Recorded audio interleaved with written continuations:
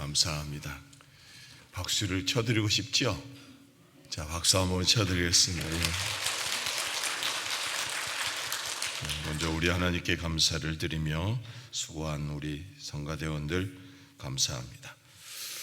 옛날에 임금님이 시골을 행차할 때가 있었습니다.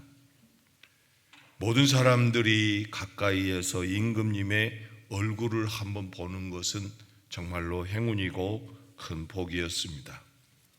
지금처럼 사진이 있고 텔레비전이 있고 핸드폰이 있다고 한다면 문제가 없죠. 그러나 옛날에는 핸드폰이 아니라 실제로 보는 것밖에는 방법이 없습니다. 그래서 가까이 있어든지 먼데든지 멀리 있어도 임금님 한번 보기 위해서 찾아오는 것을 알 수가 있습니다. 한때는 멀리서 약 70리가 되는 먼 곳에 사는 할머니가 있었습니다. 이 할머니는 자리에 누워서 걸을 수 없는 불편한 할머니였습니다. 그런데 이 할머니가 나도 임금님의 얼굴을 봤으면 좋겠다, 그렇게 아들한테 말을 합니다. 그랬더니 그 아들은 망설임도 없이 그 어머니를 들쳐업고 70리를 걸어서 그 임금님이 지나가는 길에 서 있게 됩니다. 이렇게 삐짓고 저렇게 삐짓고 해서 임금님이 지나가는 그 길을 서 있는데 임금님이 그걸 보았습니다. 이 모자의 모습을 보고 멈춰라. 그리고 그 아들에게 물었습니다. 어떻게 된 사연이냐? 그렇게 물었더니 어머니가 임금님을 보고 싶다 하셔서 제가 모시고 왔습니다. 이렇게 업고 오게 됐습니다. 라고 이야기를 했더니 이 임금님이 참으로 효자로구나 그러면서 그에게 큰 상을 베풀게 됩니다. 근데 그 소식을 누가 들었느냐 하면 동네 불효자가 들었습니다. 동네 불효자가 그 어떤 사람이 어머니를 얻고 왔다고 하는 그것 때문에 상을 줬다고 하는 그 말을 듣고 어머니가 굳이 반대를 하는데도 불구하고 억지로 업고 그 임금님이 있는 곳에 서서 있게 됩니다. 그래서 이 임금님이 또 그 사람을 불러서 누구냐고 물었더니 사실 이렇게 어머니가 임금님의 얼굴을 뵙고 싶다고 해서 이렇게 업고 왔다고. 그랬더니 동네 사람이 옆에 서 있다가 임금님, 저 사람은 상 주면 안 됩니다. 저 사람은 불효자입니다. 그렇게 이야기를 한 겁니다. 그때에 그 임금님께서 아니다. 효라고 하는 것은 남을 따라서 하든 흉내를 내도 그거는 잘한 것이다. 그러면서 그에게 후한 상을 주었다는 이야기가 있습니다. 효는 흉내를 내도 다른 사람이 하는 거 억지로라도 따라서 하면 잘한 거라고 상을 주었다 그 말입니다. 오늘은 어버이 주일입니다. 목사님들끼리 공부하는 시간이 있습니다. 거기에서 나온 이야기는 효 설교하기가 참 어렵다. 요새 효도하라고 하는 설교가 참 어렵다. 그러나 참으로 저희들이 효라고 하는 것은 꼭 사람에게 있어서는 꼭 필요한 것인데 그걸 하지 못한다면 안 될 것 같아서 오늘 본문을 이렇게 잡아서 행복한 어머니 행복한 아버지라는 제목으로 말씀을 전하려고 합니다. 어떻습니까? 여러분들은 행복한 어머니입니까? 행복한 아버지입니까? 과연 이 시대에 행복한 어머니가 얼마나 있고 얼마나 행복한 아버지가 있을까? 그러나 그래도 부모님을 행복해 하는 자녀들이 있을 것이라 생각하고 이 말씀을 선택했습니다. 자, 행복한 어머니가 어떤 어머니일까? 행복한 아버지는 어떤 아버지일까? 오늘 본문 말씀을 보면 22절에 보면 너를 낳은 아비에게 청종하고 내 늙은 어미를 경히 여기지 말지니라. 하나님께서 말씀하시기를 내 늙은 어미, 젊은 어미가 아니라 너를 늙은 어미를 경히 여기지 말지니라. 너를 낳은 아비에게 청종해라. 이렇게 말씀하고 있습니다. 자, 경히 여긴다라는 말은 무슨 의미를 가지고 있습니까?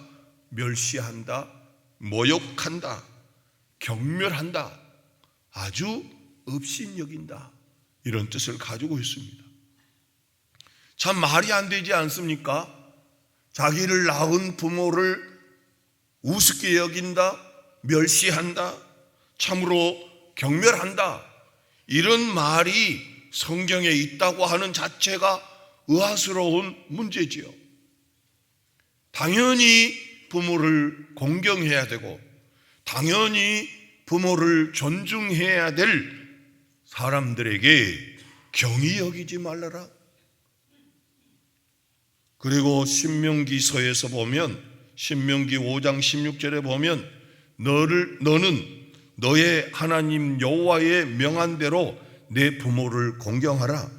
그리하면 너희 하나님 여호와가 내게 준 땅에서 내가 생명이 길고 복을 누리리라. 십계명에 보면 내 부모를 공경하라. 그리하면 내 하나님 여호와가 내게 준 땅에서 내 생명이 길리라. 분명히 말씀을 했음에도 불구하고 부모를 우습게 여기고 경멸하는 자들이 있을까봐 하나님은 이렇게 말씀을 하였던 것입니다. 여러분, 아부지닷컴이라는 곳이 있습니다.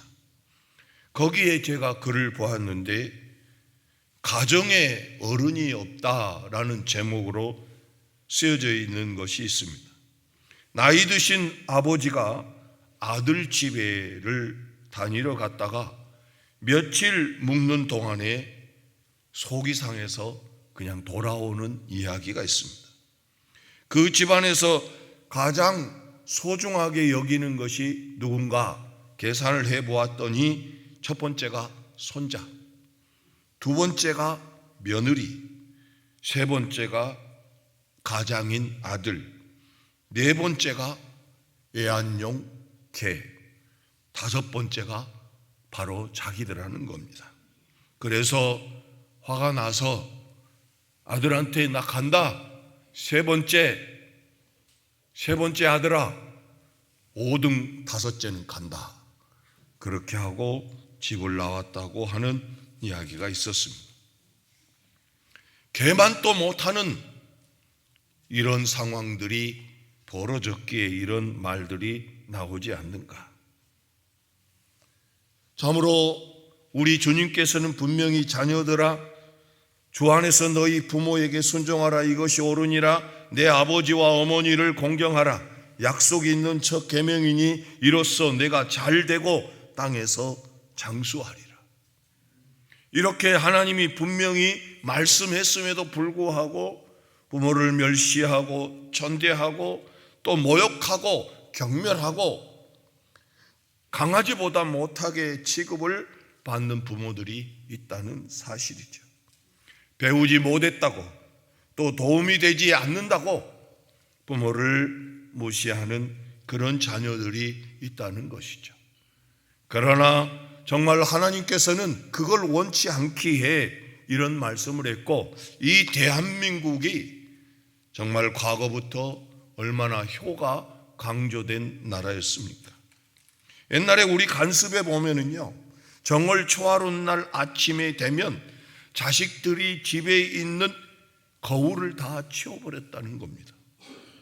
정월 초하룻 날 되면 거울을 치워버렸는데 그 치운 거울을 대보름이 지나면 다시 갖다 놓았다는 것입니다. 왜 거울을 치웠을까요? 그것은 한 살이라도 더 잡수신 부모님들이 거울을 보고 서러워할까 봐 그 거울을 치워서 보름이 지난 다음에 다시 갖다 놓았다는 것입니다. 늙어진다는 것이 얼마나 속상하고 늙어진다고 하는 것이 슬픈 일인지 늙은 사람들 외에는 알 수 없지 않습니까? 그래서 어떤 사람이 화장에 대하여 이렇게 유머스럽게 해놓은 걸 보았습니다.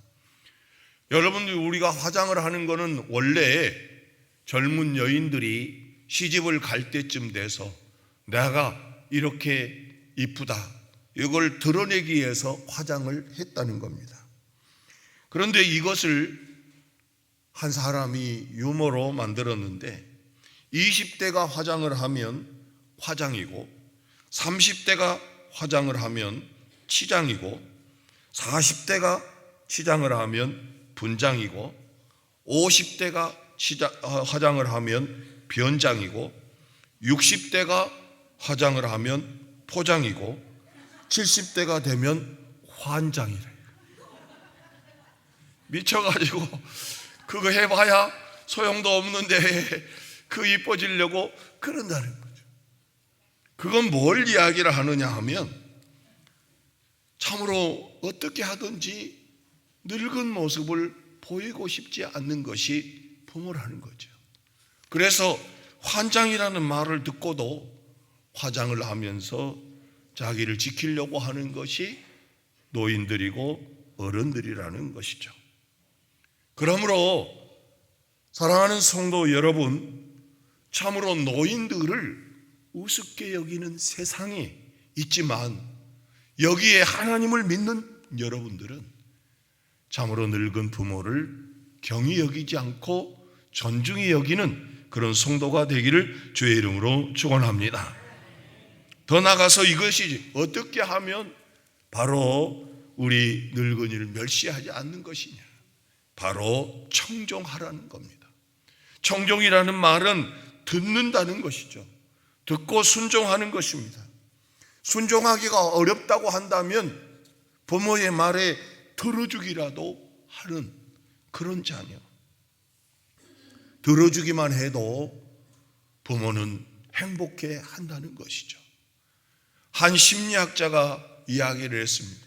우리 인간은 인간의 에너지, 리비도라는 것이 있는데 그거는 어렸을 때는 발바닥에 에너지가 몰려있고 그 다음에는 허리에 에너지가 몰려있고 그 다음에는 가슴에 에너지가 몰려있고 그 다음에는 에너지가 입 위로 올라온다는 거죠.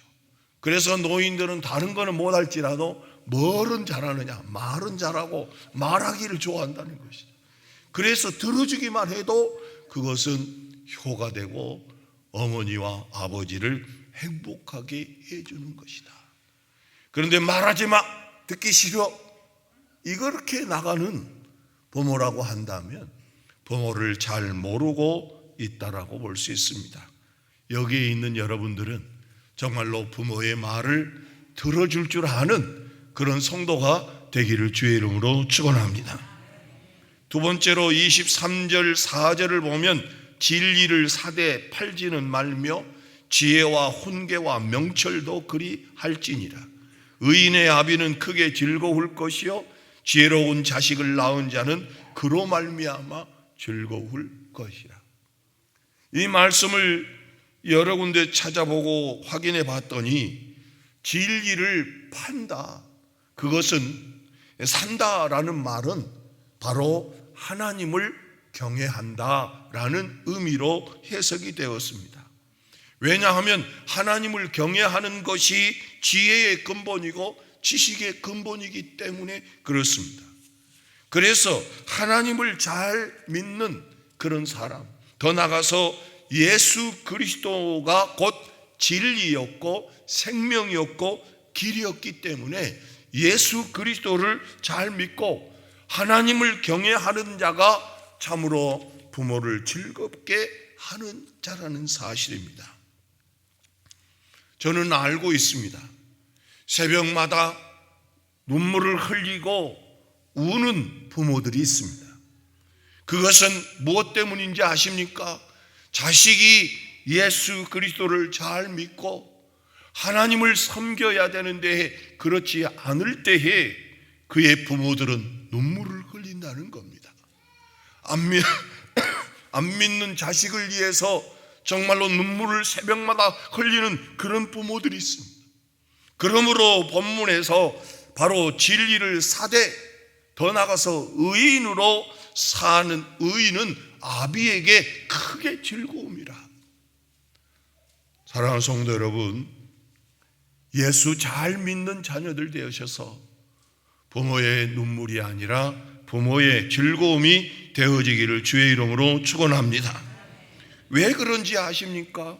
왜 예수 잘 믿으면, 하나님을 경외하면 왜 부모들이 즐겁습니까? 그것은 시편 112편 1절 말씀에 보면 할렐루야 여호와를 경외하며 그의 계명을 크게 즐거워하는 자는 복이 있도다. 시편 115편 13절에 보면 높은 사람이나 낮은 사람은 사람을 막론하고 여호와를 경외하는 자들에게는 복을 주시리로다. 시편 128편 1절 말씀에 보면 여호와를 경외하며 그의 길을 걷는 자마다 복이 있도다. 시편 128편 4절에 보면 여호와를 경외하는 자는 이같이 복을 얻으리로다. 왜 부모가 자녀들이 예수를 잘 믿으면, 하나님을 경외하면 기뻐하느냐, 즐거워하느냐? 그것은 바로 여호와를 경외하는 것이 지혜이고 여호와를 경외하는 것이 복이기 때문에 그렇습니다. 여기에 자녀라고 하면 예수 잘 믿는 자가 되어서 부모를 더 행복하게 해드리는 그런 자녀들이 다 되어지기를 주의 이름으로 축원합니다. 믿음 생활 잘하지 않으면 부모에는 근심이지 않습니다. 솔직히 말씀해 보십시오. 여러분, 믿음의 어머니, 믿음의 아들들이 세상에서 잘 나가고 사업도 잘하고 직장 생활도 잘하는 데에 예수 안 믿으면 그 부모에게 걱정이 무엇입니까? 염려가 무엇입니까? 그 자녀가 예수 잘 믿기를 바라는 것이 그 부모이고, 그렇게 할 때에 복을 받기 때문인 것을 알 수 있습니다. 그러므로 자녀된 여러분들이 예수 잘 믿고 의인으로서 지혜로운 자녀들이 다 되기를 주의 이름으로 축원합니다. 세 번째로는 26절 말씀에 보면 내 아들아 내 마음을 내게 주며 내 눈으로 내 길을 즐거워할지어다 그랬습니다. 여러분, 부모와 자식 간에 마음이 멀어진 것보다 더 섭섭하고 외로운 것이 어디 있겠습니까? 자, 부모와 자식 간에 마음이 멀어졌습니다. 뭔가 하기는 한 것 같은데 마음이 없습니다. 꽃은 달아주기는 달아주는데 거기에 마음이 없습니다. 용돈은 주기는 주는데 마음이 없이 줍니다. 물론 요새는 다 통장으로 이체해 주니까 그걸 상관이 없겠죠. 그러나 그래도 마음으로 드리는 자녀들이 있다는 겁니다. 저는 몇 년 전에 어느 뉴스 인터넷에 제사 드려드립니다 라는 이런 글들이 있었습니다. 본인이 외국 여행을 가는데 아버지 제삿날이 걸렸습니다. 아버지 제삿날이 되어서 외국에서 제사는 드릴 수도 없고, 그러니까 이 사람이 거기에 여행 날짜하고 제삿날하고 겹치니까 그 제사 드리는 업체에게 돈 보내가지고 그 남의 식구들이 와서 제사 지내는 그런 장면이 나와 있었습니다.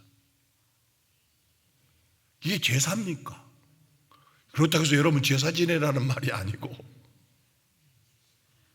그래가지고 다른 사람이 와가지고 상 차려놓고 또 그거 애우고 또 이렇게 절을 하는, 그게 동영상에 올라와 있습니다.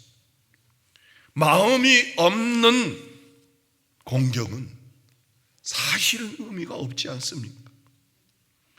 더 나아가서 오늘 본문에서 말씀하고 있는 것은 바로 내 눈으로 내 길을 즐거워할지니라. 내 길을 즐거워할지라. 이것은 내 삶을 즐거워해라.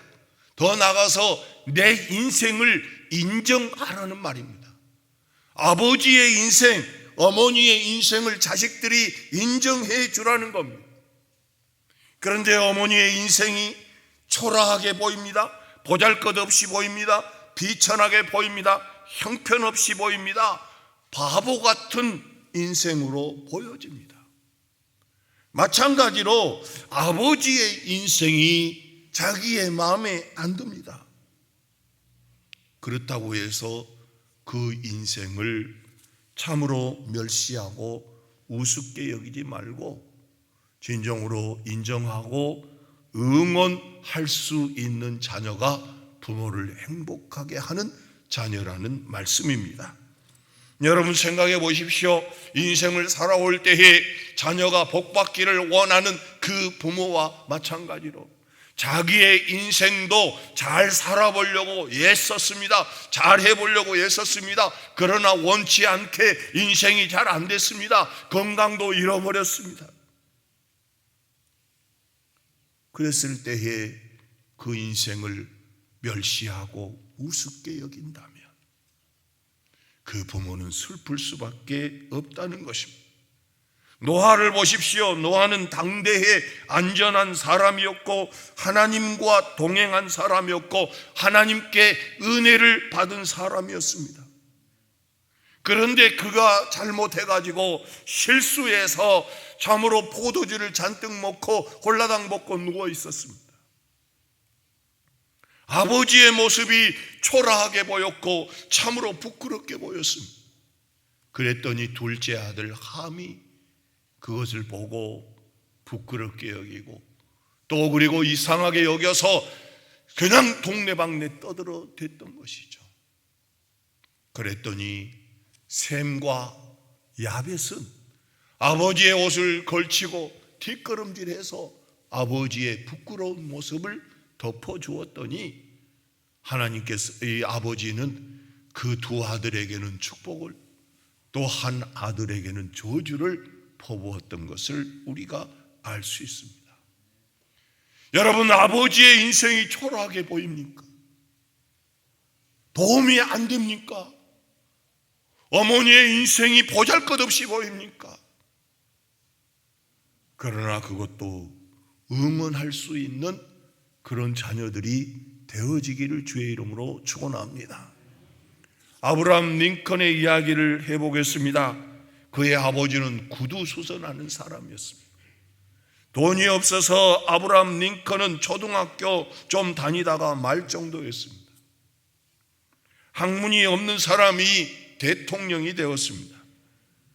그러니까 그 고고하고 지식 많은 귀족들이 아브라함 링컨을 헐뜯고 괴롭혔습니다. 링컨이 대통령이 되고 처음으로 상원 의원에 나가서 연설을 할 때의 일이었습니다. 이는 상원 의원이 일어서서 이런 말을 합니다. 당신같이 무식한 사람을 대통령으로 모시게 된 것이 우리에게는 다시 없는 불행이요, 당신의 아버지는 구두수선하는 사람 아니요. 그런데 그런 사람의 아들, 그런 천한 사람의 아들을 우리가 대통령으로 모시게 됐으니 참 슬픕니다. 이때에 그리고 구두를 벗어서 들면서 이 구두도 당신 아버지가 만들어준 것입니다. 얼마나 모욕적인 이야기를 했습니까? 얼마나 창피한 이야기를 했습니까? 그러나 아브라함 링컨은 그에게 일어나서 이렇게 말했습니다. 의원님, 대단히 감사합니다. 오랫동안 잊고 있었는데 아버지를 기억나게 해주셔서 감사합니다. 저는 아버지를 자랑스럽게 생각합니다. 우리 아버지는 직업에 충실했고 구두를 잘 만드는 분이셨습니다. 내가 어깨너머로 배운 바가 있으니 당신 구두가 고장나거든 가져오십시오. 내가 수리해 드리겠습니다. 참으로 아버지가 구두 수선하는 사람이었지만 다른 사람은 창피하다고 생각했지만 이 아브라함 링컨은 우리 아버지는 자랑스럽다. 사랑하는 성도 여러분, 여러분의 부모는 어떻습니까? 여러분의 어머니는 어떤 삶을 살고 있습니까? 늙어서 힘이 없고 약하고 도움이 되지 아니하고 아무것도 나에게 해주는 그런 부모라고 해서 멸시합니까? 그것은 하나님의 자녀가 아닙니다. 하나님의 말씀을 모르는 것입니다. 사랑하는 샘물교회 성도 여러분, 나에게 힘이 없고 힘이 되어주지 못하고 아무것도 아닌 것 같은 그 부모님의 인생을 인정해주고 응원해주는 그런 자녀가 부모를 행복하게 한다는 사실입니다. 저의 집안 이야기를 해서 죄송한데 은혜가 될 것 같아서 말씀을 드리고자 합니다. 자랑스럽기 때문에 이야기를 한 겁니다. 제가 건축을 하려고 하는 과정에 저희 가족들이 가족여행을 가기로 했습니다. 제주도로 가기로 하고 처음으로 가는 여행이어서 좀 미리 약속을 했습니다. 시간 맞추기도 어렵기 때문에 미리 약속을 해서 제주도 여행을 가기로 해서 4명이서 아들 2, 제 아내, 나 가기로 했는데 건축이 끝나지를 않았습니다. 건축이 끝날 줄 알고 그 멀리 날짜를 잡았는데 건축이 안 끝나고 너무 어려운 상황에 놓여 있어서 제가 제주도를 못 가겠다고 했습니다. 3시만 갔다 와라. 나는 아무래도 못 가겠다. 그랬더니 제 아내가 또 아이들이 아빠 안 가는 여행, 남편 안 가는 여행은 가족여행이 될 수 없다. 그러니까 꼭 같이 가자고. 그래서 가기가 어려웠습니다. 그래도 어려웠습니다. 그런데 제안을 했습니다. 하룻밤만 자고 왔으면 좋겠다. 그리고 2박 3일인데 나는 그 뒷날 올라오는 것으로 하면 어떻겠느냐. 그렇게 해서 동의를 하고 저희들이 출발을 해서 가는 날 아이들과 같이 한나절 정도 같이 돌아다니다가 저녁에 집에 돌아왔습니다. 저녁에 돌아와가지고 둘러앉아서 제가 이런 말을 했습니다. 미안하다. 내가 목사로 살다 보니 아버지의 역할을 못했다. 내가 아버지로 제대로 살지 못했다. 그랬더니 제 큰아들과 둘째 아들이 펑펑 울었습니다. 제 아내도 울었습니다. 저도 울었습니다. 내 식구가 한참 울었습니다. 제 큰아들이 한참 울고 나서 이런 말을 했습니다. 아빠는 인생으로 성공하신 분입니다. 아빠는 목사로서 성공하신 분입니다. 목사로서 성공했습니다. 그러나 아빠로는 실패자입니다. 인생으로 성공했는데, 목사로는 성공했는데 아빠로서는 실패자입니다. 그리고 또 울었습니다. 그러더니만 저희 큰아들이 이런 말을 했습니다. 오늘 저녁에 아빠로서 성공했습니다. 그 전에 돌보지 못하고 제대로 돌아보지 못했던 아들이 미안해서 그렇게 이야기를 했더니 그 아들이 목사로서 인생으로서 성공했다고, 그러나 아빠로서는 실패했다고, 저는 그걸 인정을 했습니다. 그랬더니 오늘 저녁에 아빠로서 성공했습니다 라고 말해줬습니다.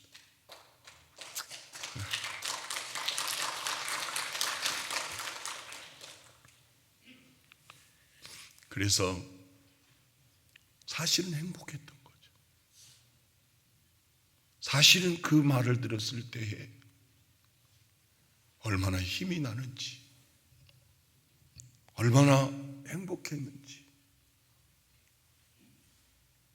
정말 행복한 시간이었습니다. 아빠의 인생을 즐거워해 주는 자식들, 엄마의 인생을 아름답게 인정해 주는 자식들, 그런 자식은 부모를 행복하게 해주는 자식이라는 거죠. 나이가 먹었을 때에 아빠는 왜 이렇게 살았느냐고, 엄마는 왜 그렇게 사느냐고, 그 정도밖에 안 되느냐고,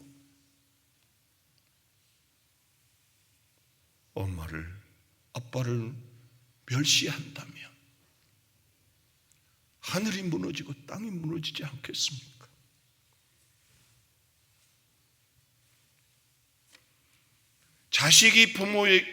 부모가 자식에게 좋은 귀한 말을 해줬을 때 자식이 힘을 얻는 것처럼, 자식이 부모를 위해서 그 부모가 실패했을지라도, 잘못했을지라도 인정해주고 지지해 주었다면 그 자식은 잘한 거 아니겠습니까? 그 부모도 잘하려고 했어요. 성공해 보려고 했어요. 그러나 살다 보니 그 인생이 보기에 초라하고 보기에 아무것도 아닌 것처럼 보이지만 그 인생도 귀한 인생이라는 거죠. 늙었다고, 힘없다고, 아프다고, 도움이 되지 못한다고 함부로 멸시하는 그런 자녀들이 되지 않기를 주의 이름으로 축원합니다. 기도하겠습니다.